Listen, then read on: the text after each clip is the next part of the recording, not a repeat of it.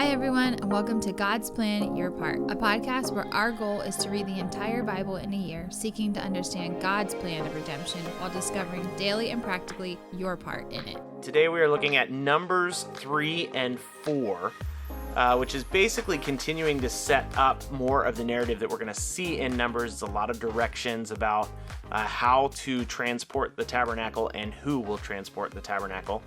So Jenny, as we read over Numbers 3 and 4, what came to your mind? Well, like you were saying, this is like the transporting of the tabernacle, which is cool because it's just like setting you up for their future journeying.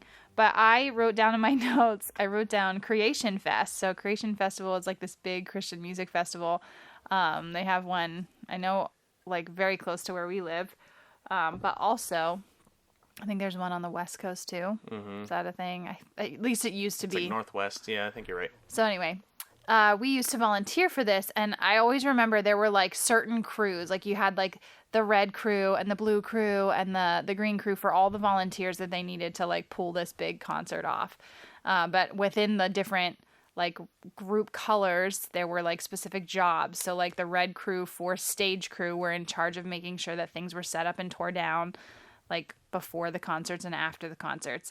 And so it just immediately took me there because obviously my job was not that. Mm-hmm. I mean, if you know anything about me, I am not a builder, setter up or anything. Fun fact, I actually served on security at Creation in the mosh pit, and it was a terrible job. I think I actually quit in the middle of the week and just like went home. It was terrible. Anyway, that being said, I was also not on the building team or the mosh team. But I did sell t-shirts and stuff, but it was always interesting to me how they like scheduled people out and only certain people were in charge of tearing down and setting up the different stuff, which instantly made me think of this chapter specifically in both chapters. It's pretty equally. Yeah, it is both chapters. But they talk about how the different clans had different jobs within the tabernacle and what they were allowed to, move, or like different pieces that they were in charge of getting to from point A to point B. So that was actually kind of cool just to see like this is a very like methodical process, like very well thought out. Can just envision lots of spreadsheets and oh my goodness, lots of supervisors. Everybody that loves to-do lists is very happy right now. Yeah. One thing that I did notice while we were reading was in chapter 3 verses 11 and 12, where it talks about the Lord speaking to Moses, saying, "Behold, I have taken the Levites from among the people of Israel, instead of every firstborn who opens the womb among the people of Israel. The Levites shall be mine." So this is interesting to me because when I heard this, I was like, oh my gosh, that's right. Like back when we read about the Israelites coming out of Egypt, God required that as a result of the final plague, that the firstborn males and the firstborn of all their cattle would be set apart for the Lord, because the firstborn of all the Egyptians were killed, as well as it was the cattle also. Yeah. So because of that, they were required to be set apart for the jobs within the temple, or the tabernacle, which is super cool.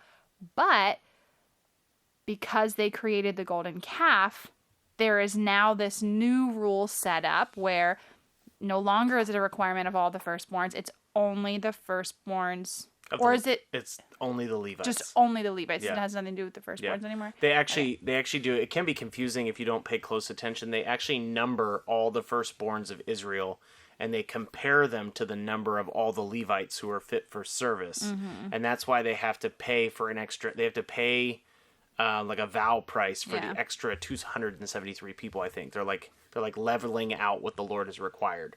Well, I just thought that was very cool. Yeah. I mean, it's unfortunate because that was not the original design or plan. Yeah. But it's cool to see how that shakes out. And the Levites also have to like camp themselves around the tabernacle. So all the different tribes are scattered throughout. Yeah. According to their tribe, but the Levites are specifically around the tabernacle to protect it. So the Levites around the tabernacle is like this hilarious Chuck Norris joke situation. Like a Chuck Norris joke is like when Chuck Norris jumps on a grenade, the grenade gets injured.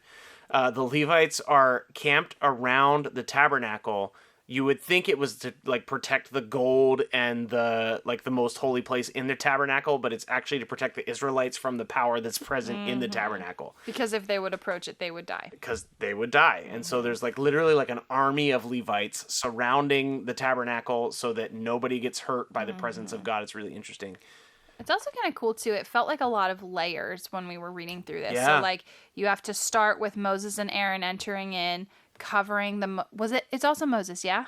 Well, it's basically like the high priest to like the lower level priest to like the... So Moses is not Levites included in that. I don't think remember. Moses is included. So maybe I got the Moses part because he's giving directions on behalf of the Lord. So anyway, Aaron would go in then, and he would cover up the ark with the goat skins. And what was it? There was goat skins. There was blue cloth, scarlet cloth. I mean, you basically... and the veil, like the veil of the most holy place. So it's interesting. So it's like it gets covered. Then the next guys that are like allowed to be in, they get to come in and take out a piece so that the next guys are safe from whatever they have to cover up. It's just cool. It's like this almost like a domino effect. Like once one goes, they all can go. So I think I'm gonna talk about like what I noticed, but it's also like a little bit of a your part. So I think they're gonna blend pretty closely together. But chapter 4 is specifically like these specific clans and their jobs, and this is like I think it's not the first time, but it's one of the first times that we've heard people given a specific job from God. And so I think the first time we saw God giving like a specific role was Olahab and Bezaleel, who you say I mispronounce every time. Write in the comments if you think that's true. He like his spirit fell on them and they crafted the articles of the tabernacle and they were like fantastic craftsmen. Now we have God commanding basically like these some kind of like facilities members basically. And he's giving them like very clear tasks like, hey, you're going to cover the articles with this cloth. You're going to cover the articles with this goat skin. Then you're going to actually move the poles and you're going to move the stakes. And what I think is really interesting about that is it's very easy for us to have kind of this weird separation of sacred and secular. What I mean by that is, and I think a lot of pastors have been addressing this recently. But what I mean is we have this idea of like spiritual work and just regular everyday work. So construction work is not spiritual. But that's not true. Like every job that we have an opportunity to honor the Lord in it. I think a lot about Colossians 3 and whatever you do, do it for the Lord and not for men. And so right here in Numbers 4, which actually at first I thought was kind of boring to read, in Numbers 3 and 4, we have kind of God commanding sacred work that is actually just moving the tabernacle. So the tabernacle is like the holy place, so there is a pretty clear sacred nature to it. But it is like guys that have been given a job by the Lord and they need to honor the Lord faithfully in that job. And that is interesting to me. And so I think your part today is you have a job, you have a role. You might be a teacher, you might be in construction, you might be a farmer, you might be a pastor, you might be an architect or a bus driver. I don't know specifically what you do, but you have been given that task by God. And much like these Kohathites, or Ithamites, or, these really interesting, fun names to say, they were given specific tasks to do to honor the Lord. You've been given the same thing. You have a specific task to honor the Lord. And so I just encourage you, whether you're on your way to work, I know a lot of you listen to this on the way to work, like think of ways to honor the Lord in your time today. If you're on your way home, just reflect on like, how well did I honor the Lord in my work today? Because there is not a sacred secular split. We are living spiritual lives all the time. And the Lord has asked us to be faithful with the work that he's given to us. And so I just encourage you to do the same. So Numbers 3 and 4, who would have thought there's actually kind of a cool takeaway from it, but there actually is. We'll be back again tomorrow. See you then. Bye. Hey, thanks so much for listening to our take on God's Word. Stick around and listen to the Word on the second part of the podcast. Before we get in there, we just want to remind you can connect with us at any time on social media and YouTube at God's Plan, Your Part. Also, we are a listener-supported podcast, so if you ever want to help us out with the ministry that we're doing, you can do that by clicking the link in our description. And now, here's the reading for today. Numbers chapter 3. These are the generations of Aaron and Moses at the time when the Lord spoke with Moses on Mount Sinai. These are the names of the sons of Aaron: Nadab the firstborn and Abihu, Eleazar and Ithamar. These are the names of the sons of Aaron, the anointed priests, whom he ordained to serve as priests. But Nadab and Abihu died before the Lord when they offered unauthorized fire before the Lord in the wilderness of Sinai, and they had no children. So Eleazar and Ithamar served as priests in the lifetime of Aaron their father. And the Lord spoke to Moses, saying, Bring the tribe of Levi near, and set them before Aaron the priest, that they may minister to him. They shall keep guard over him and over the whole congregation before the tent of meeting, as they minister in the tabernacle. They shall guard all the furnishings of the tent of meeting, and keep guard over the people of Israel as they minister at the tabernacle. And you shall give the Levites to Aaron and his sons. They are wholly given to him from among the people of Israel. And you shall appoint Aaron and his sons, and they shall guard their priesthood. But if any outsider comes near, he shall be put to death. And the Lord spoke to Moses, saying, Behold, I have taken the Levites from among the people of Israel, instead of every firstborn who opens the womb among the people of Israel. The Levites shall be mine, for all the firstborn are mine.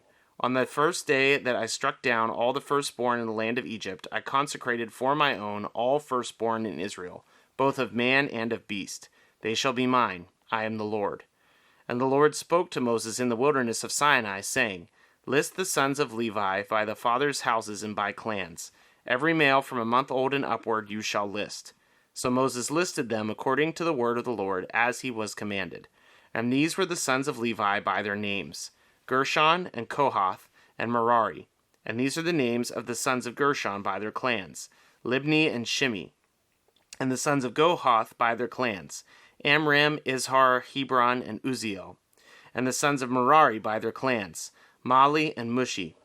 These are the clans of the Levites by their fathers' houses. To Gershon belonged the clan of the Libanites and the clan of the Shimeites. These were the clans of the Gershonites. Their listing, according to the number of all the males from a month old and upward, was 7,500. The clans of the Gershonites were to camp behind the tabernacle on the west, with Eliasaph the son of Lael as the chief of the father's house of the Gershonites. And the guard duty of the sons of Gershon in the tent of meeting involved the tabernacle, the tent with its covering, the screen for its entrance to the tent of meeting, the hangings of the court, the screen of the door, and the court that is around the tabernacle and the altar, and its cords, and all the service connected with these. To Kohath belonged the clan of the Amramites, and the clan of the Israelites, and the clan of the Hebronites, and the clan of the Uzzielites. These are the clans of the Kohathites. According to the number of all the males from a month old and upward, there were 8,600 keeping guard over the sanctuary. The clans of the sons of Kohath were to camp on the south side of the tabernacle, with Elizaphan the son of Uzziel as chief of the father's house of the clans of the Kohathites.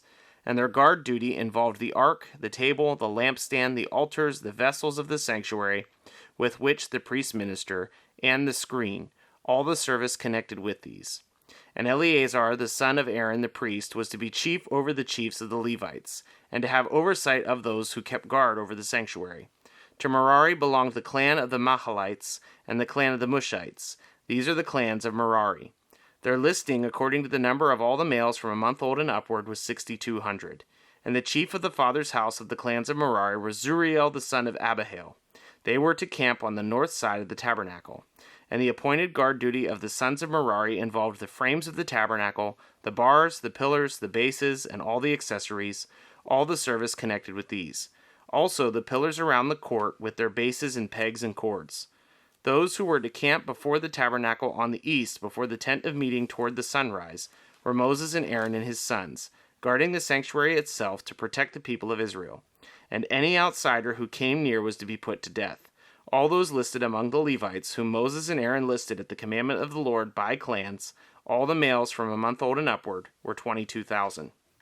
And the Lord said to Moses, List all the firstborn males of the people of Israel from a month old and upward, taking the number of their names.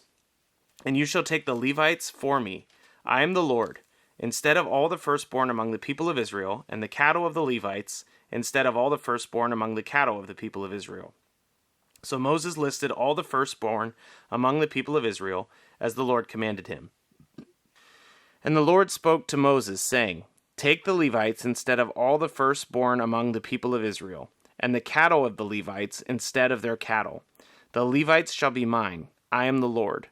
And as the redemption price for the 273 of the firstborn of the people of Israel, over and above the number of the male Levites, you shall take 5 shekels per head. You shall take them according to the shekel of the sanctuary, the shekel of 20 gerahs, and give the money to Aaron and his sons as the redemption price for those who are over.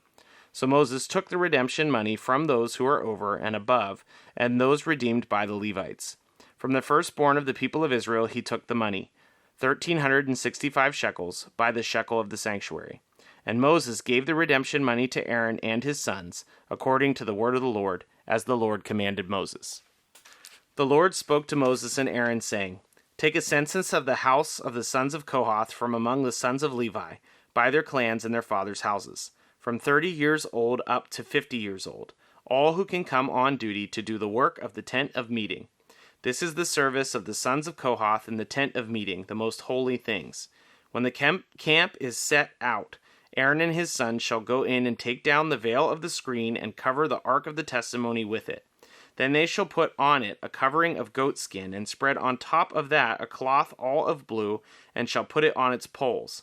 And over the table of bread of the presence they shall spread a cloth of blue, and put on it the plates, the dishes for incense, the bowls, and on the flagons for the drink offering, the regular showbread also shall be on it. Then they shall spread over them a cloth of scarlet, and cover the same with a covering of goatskin, and shall put it on its poles. And they shall take a cloth of blue, and cover the lampstand for the light, with its lamps, its tongs, its trays, and all the vessels for oil with which it is supplied. And they shall put it with all its utensils in a covering of goatskin, and put it on the carrying frame. And over the golden altar they shall spread a cloth of blue, and cover it with a covering of goatskin, and shall put it on its poles. And they shall take all the vessels of the service that are used in the sanctuary, and put them in a cloth of blue, and cover them with a covering of goatskin, and put them on the carrying frame. And they shall take away the ashes from the altar, and spread a purple cloth over it. And they shall put on it all the utensils of the altar, which are used for the service there, the fire pans, the forks, the shovels, and the basins, and all the utensils of the altar. And they shall spread on it a covering of goatskin, and shall put it on its poles. And when Aaron and his sons have finished covering the sanctuary and all the furnishings of the sanctuary, as the camp sets out, after that the sons of Kohath shall come to carry these, but they must not touch the holy things, lest they die. These are the things of the tent of meeting that the sons of Kohath are to carry. And Eleazar, the son of Aaron the priest, shall have charge of the oil for the light, the fragrant incense, the regular grain offering, and the anointing oil, with the oversight of the whole tabernacle and all that is in it, of the sanctuary and its vessels. The Lord spoke to Moses and Aaron, saying, Let not the tribe of the Kohathites be destroyed from among the Levites, but deal thus with them, that they may live and not die when they come near to the most holy things. Aaron and his sons shall go in and appoint them each to his task and his burden. But they shall not go in to look on the holy things, even for a moment, lest they die. The Lord spoke to Moses, saying, Take a census of the sons of Gershon also, by their fathers' houses and by their clans, from 30 years old and up to 50 years old. You shall list them, all who can come to do the duty, to do the service in the tent of meeting. This is the service of the clans of the Gershonites, in serving and bearing burdens.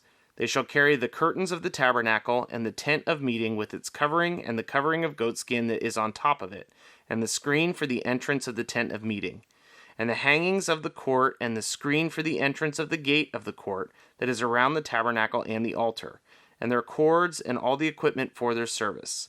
And they shall do all that needs to be done with regards to them. All the service of the sons of the Gershonites shall be at the command of Aaron and his sons, in all that they are to carry and all that they have to do. And you shall assign their charge all that they are to carry. This is the service of the clans of the sons of the Gershonites in the tent of meeting, and their guard duty is to be under the direction of Ithamar, the son of Aaron the priest.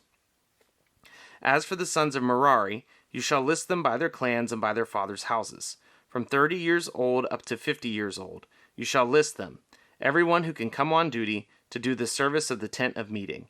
And this is what they are charged to carry, as the whole of their service in the tent of meeting, the frames of the tabernacle with its bars, pillars, and bases, and the pillars around the court with their bases, pegs, and cords, with all their equipment and all their accessories. And you shall list by name the objects they are required to carry. This is the service of the clans of the sons of Merari. The whole of their service is in the tent of meeting under the direction of Ithamar, the son of Aaron the priest. And Moses and Aaron and the chiefs of the congregation listed the sons of the Kohathites by their clans and their fathers' houses, from 30 years up to 50 years old. Everyone who could come on duty for service in the tent of meeting, and those listed by clans were 2,750. This was the list of the clans of the Kohathites, all who served in the tent of meeting, whom Moses and Aaron listed according to the commandment of the Lord by Moses.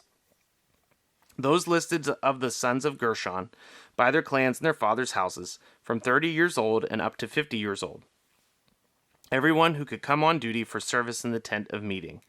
Those listed by their clans and their fathers' houses were 2,630. This was the list of the clans of the sons of Gershon, all who served in the tent of meeting, whom Moses and Aaron listed according to the commandment of the Lord.